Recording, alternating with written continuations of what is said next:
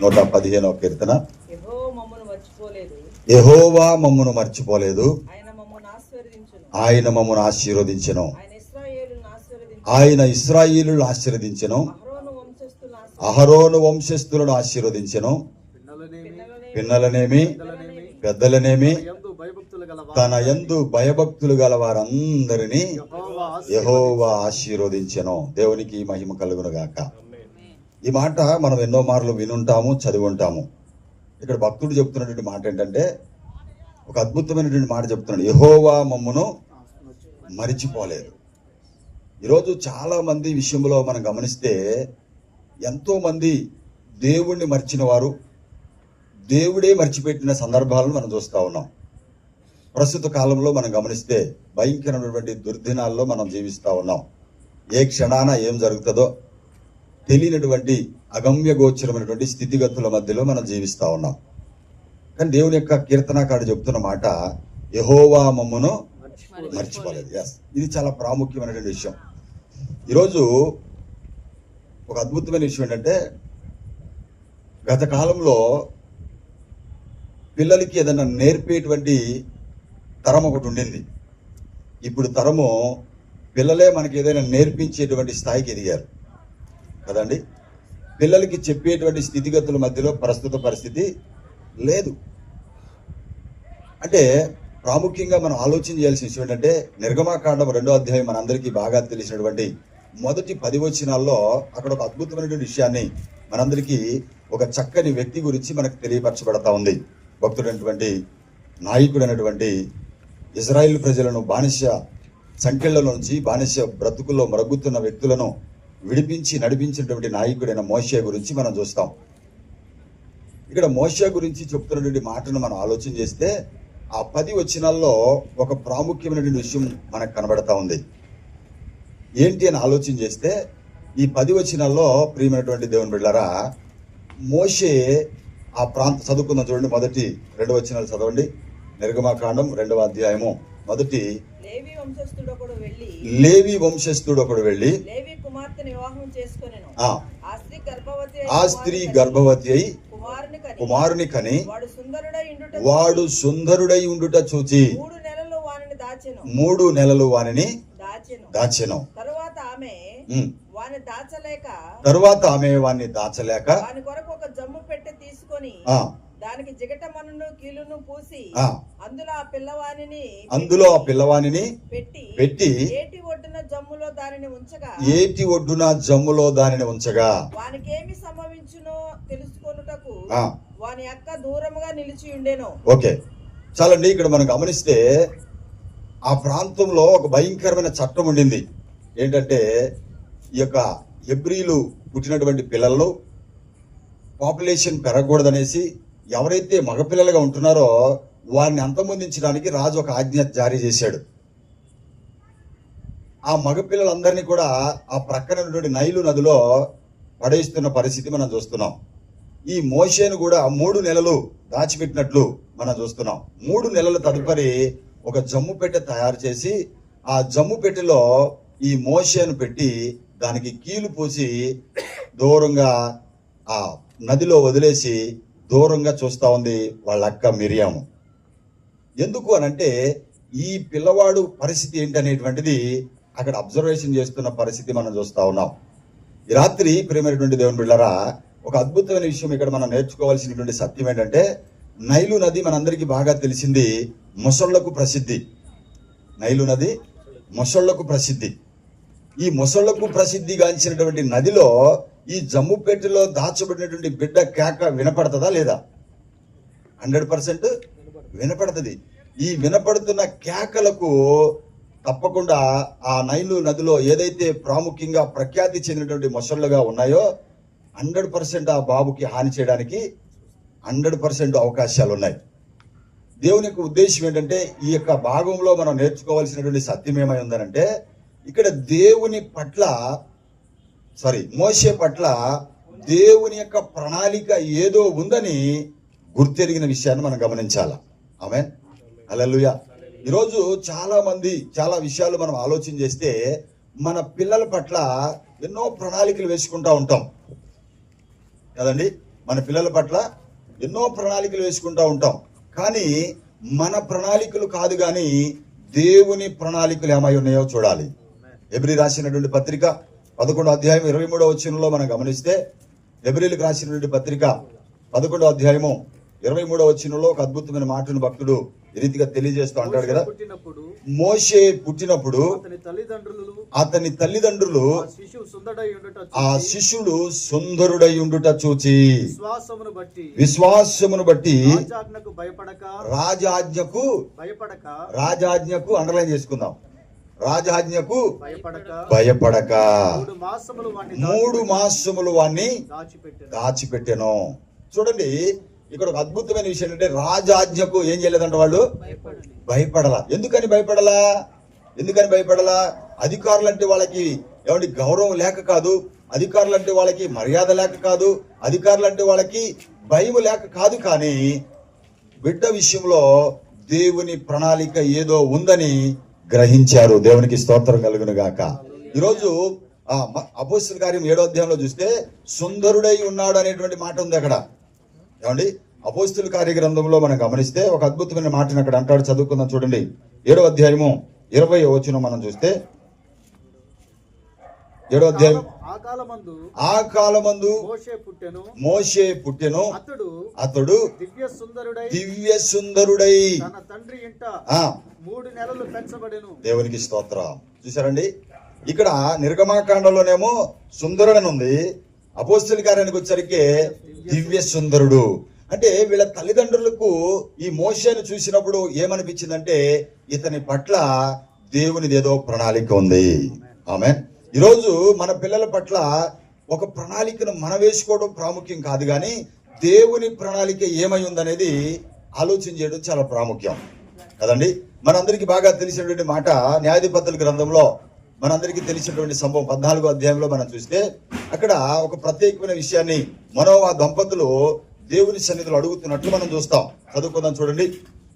న్యాయాధిపతుల గ్రంథం 13వ అధ్యాయము 12వ అధ్యాయము 12వ వచనం అనుకుంటాను.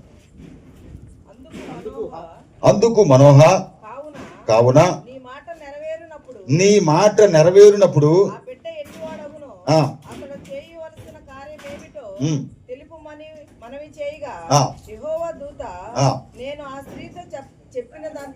నేను ఆ స్త్రీతో చెప్పినదంతయు ఆమె చేసుకొనవలెను. చూడండి, ఇక్కడ పుట్టబోయేటువంటి బిడ్డ గురించి ముందే ఒక ప్రీ ప్లాన్డ్ గా ప్రిపరేషన్ చేసుకుంటున్నారు, ఒక ప్రణాళిక వేసుకుంటున్నారు వీళ్ళు. ఏమండి, మనోహ ఒక గొడ్రాలుగా ఆ దంపతులు ఉన్నట్లు మనం చూస్తున్నాం. దేవుని యొక్క ప్రత్యక్షత వారికి వినపడినప్పుడు, దేవుని యొక్క ఏమండి వాక్కు వారు వినినప్పుడు దేవుని దగ్గర అడుగుతున్నారు, పుట్టబోయే బిడ్డకు మేము ఏమేమి చేయాలి. ఈ రాత్రి నా ప్రియమైనటువంటి దేవుని బిడ్డలారా, మన పిల్లలు అలా ఉండాలి, ఇలా ఉండాలని మనము మంచి ప్లాన్ చేసుకుంటాం, మంచి ప్రణాళిక వేసుకుంటాం, తప్పులేదు.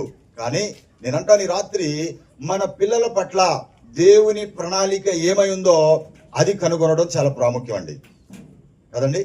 ఈరోజు చాలా మంది ఏమనుకుంటున్నామంటే, మన ఆలోచనలు, మన ఉద్దేశాలు, మన వ్యక్తిగతమైనటువంటి ఆ యొక్క కారణాలను నేను అవలేకపోయాను, నేను చేయలేకపోయాను, నా పని నా పిల్లలు చేస్తే బాగు అనేటువంటి ప్రణాళికను మనము మార్చే వ్యక్తులుగా లేకపోలేదు నేటి తల్లిదండ్రులు, కాదంటారండి. ఎస్. కాబట్టి బైబిల్ చెప్తున్న ఉద్దేశం ఏంటంటే, మోషే ఎట్టివాడు అంటే సుందరుడును దివ్య సుందరుడుగా ఉన్నాడు. ఆయన చూసినప్పుడు తల్లిదండ్రులు ఎక్కడ పెరిగాడంటే, ఆయన 3 నెలలు తండ్రి ఇంట పెరిగాడు, మిగిలిన కాలం అంతా కూడా తల్లి దగ్గర పెరిగాడు కదండి. బైబిల్ చరిత్ర చెప్పేటువంటి సత్యం ఏంటంటే, 3 మాసాల నుంచే తల్లిదండ్రులను పోషించినటువంటి వ్యక్తి ఎవరైనా ఉన్నారా అంటే బైబిల్లో మోషే గారే కదండి. ఈ యొక్క మోషే తన తల్లిదండ్రులను పోషించిన వ్యక్తిగాను ఉన్నాడు. తన తల్లిదండ్రులు మోషే విషయంలో ఒక ప్రణాళిక కలిగిన వ్యక్తులుగా ఉన్నారు. నేటి దినాన మన పిల్లల విషయంలో మనం ఒక ప్రణాళికను కలిగి ఉంటున్నామా, లేక మన ఇష్టాన్ని వారి మీద రుద్దుతున్నామా, మన ఆశలు ఆంక్షలను వారి మీద రుద్దుతున్నామా అనేది కూడా ఆలోచన చేసుకోవాలా. రెండవది, అదే హెబ్రీ పత్రిక 11వ అధ్యాయం 23వ వచనంలో మనం చదివినప్పుడు చదువుకున్న కంటిన్యూషన్ 11:23 విశ్వాసమును బట్టి రాజాజ్ఞకు భయపడక 3 మాసములు అతనిని దాచిపెట్టిరి. మోషే పెద్దవాడైనప్పుడు విశ్వాసమును బట్టి ఐగుప్తు ధనము కంటే క్రీస్తు విషయమైన నింద గొప్ప భాగ్యమని ఎంచుకొని అల్పకాల భోగం అనుభవించుట కంటే దేవుని ప్రజలతో శ్రమ అనుభవించుట మేలని ఎంచి ఫరో కుమార్తె యొక్క కుమారుడని. సరే చూడండి, రెండోది ఒకటేమో తల్లిదండ్రులు మోషే గురించి ఒక ప్రణాళిక కలిగి ఉన్నారు. రెండోది తల్లిదండ్రులు మోషే గురించి ఒక అద్భుతమైన విశ్వాసం కలిగి ఉన్నారు. ఏంటంటే భవిష్యత్ కాలంలో భవిష్యత్ ప్రణాళికలో ఈ మోషే లేక నా కుమారుడు ఈ రీతిగా ఉండబోతున్నాడు అనేటువంటిది వీరు ఒక విశ్వాసం కలిగి ఉన్నారు. మనం చెప్తాం కదా, గాల్లో మేడలు కడతామంటాం కదా, ఊహలోకి వెళ్ళిపోతామంటారు కదా. ఇలా ఊహ కాదు, వారు విశ్వసించారు. ఈ యొక్క ఇజ్రాయేల్ ప్రజలను బానిస సంఖ్యలో మరుగుతున్నటువంటి ఈ యొక్క ప్రజలను విడిపించడానికి ఒక గొప్ప నాయకుడిగా ఈ కుమారుడు ఉంటాడు అనేటువంటిది ఒక విశ్వాసము కలిగిన వ్యక్తులుగా తల్లిదండ్రులు ఉన్నారు. ఈరోజు మన పిల్లల్ని మనం ఎంకరేజ్ చేస్తున్నామా, మన పిల్లల్ని మనం ప్రోత్సహిస్తున్నామా, లేకపోతే వాళ్ళని డిస్కరేజ్ చేస్తున్నామా? అని వాళ్ళ అవదులే, నువ్వు చేయలేవులే, నువ్వు అంతేలే అని కొన్నిసార్లు మనం పక్కన వాళ్ళని కంపేర్ చేస్తూ మన పిల్లల్ని మనసును మనము నొప్పింపజేసేవారుగా ఉంటున్నామేమో. కానీ మోషే తల్లిదండ్రులు అలా లేరండి. మోషే తల్లిదండ్రులు ఏమంటున్నారంటే, ముందుగానే ఒక విశ్వాసపు ప్రణాళికతో ఆయన ఉన్నతమైనటువంటి స్థాయిని, ఆయన ఉన్నతమైనటువంటి దేవుని చిత్తంలో ప్రణాళికను ముందుగానే సెట్ చేసి పెట్టేసుకున్నారు. ఈరోజు మరి మనం అలాగున్నామా? చదువుకుందాం. చూడండి, ఒక మాట నేను ముగిస్తాను. ఇంకొక 5 నిమిషాల్లో ఈ మాటలు నేను ముగించడానికి ఇష్టపడతా ఉన్నాను.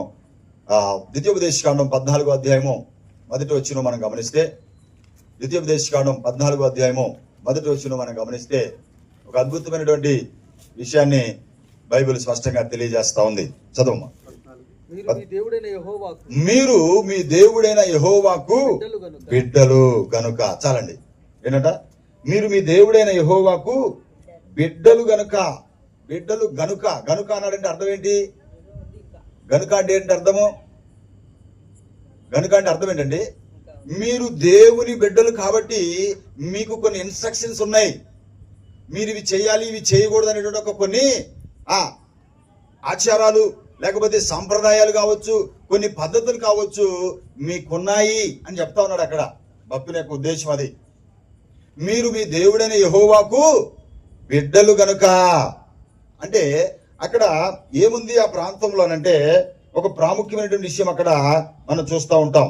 అక్కడ ఇశ్రాయేలు ఏ భూమిని అయితే స్వాధీనం చేసుకోవడానికి సిద్ధంగా ఉన్నారో 2వ వచనంలో మనం చూస్తే అక్కడ ఆ అన్య ప్రాంత ప్రజలందరూ కూడా అన్య దేవతలను పూజించేవారుగా కాబట్టి వారు వివిధ ఆచారాలను బట్టి ఎవరైనా మరణిస్తే వారు బోడి చేసుకునేవారుగా, లేకపోతే ఆ రకమైన పరిస్థితులు ఉన్నాయి. అంటే ఆచార విషయంలో మీరు ప్రత్యేకంగా ఉండాలి అంటున్నాడు ఆయన. ఏంటండి? ఆచారాల విషయంలో మీరు ప్రత్యేకంగా ఉండాలి. అంటే మన పిల్లలకు ద్వితీయోపదేశకాండం 6వ అధ్యాయం 6వ వచనంలో మనం చూస్తాము ఒక అద్భుతమైన మాటను అక్కడ మోషే చెప్తాడు. 6వ అధ్యాయం 6వ వచనంలో మన పిల్లలకు చిన్ననాటి నుండే నేర్పించాలా.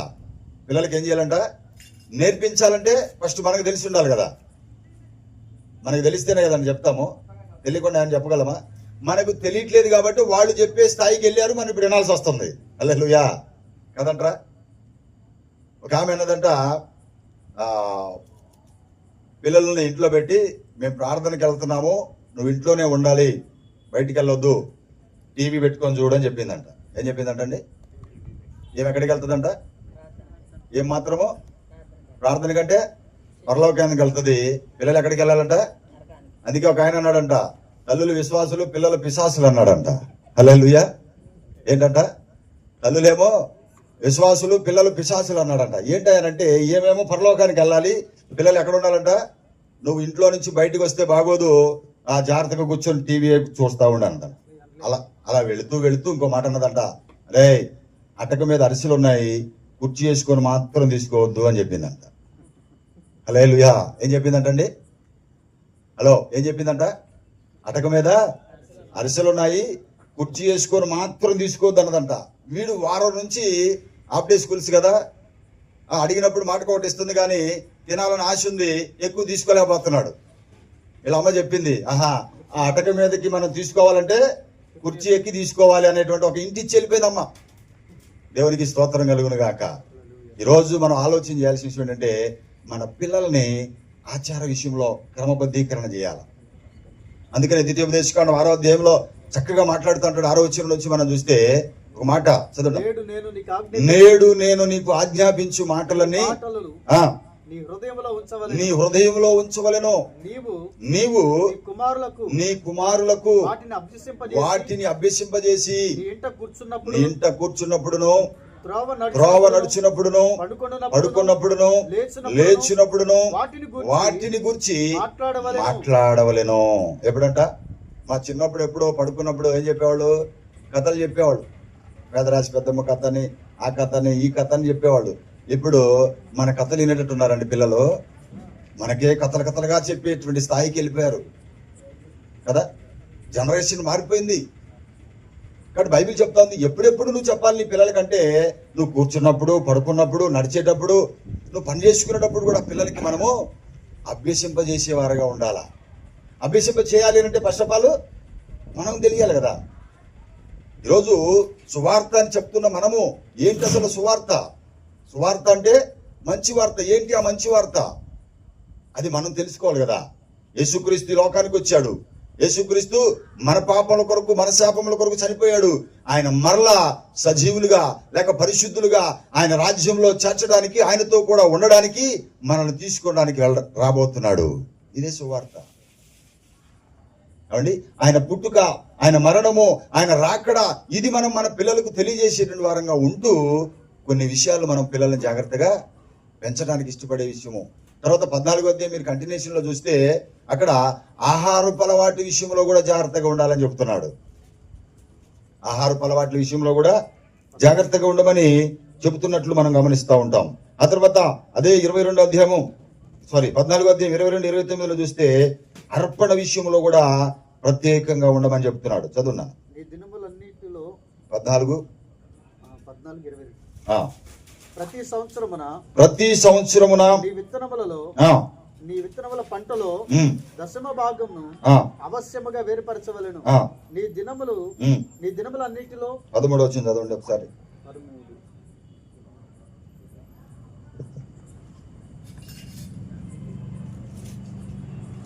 14, 13 అంతేనా? పవిత్రమైన ప్రతి పక్షిని మీరు తినవచ్చును. మీరు తినరాని పక్షి ఏదనగా పక్షిరాజు, పెద్ద గోరువ, కౌంచు పక్షి. ఓకే, 23 నుంచి 27 వరకు, 26, 27 చదువుదాం, ముగించుకుందాం. మీ దినములన్నిటిలో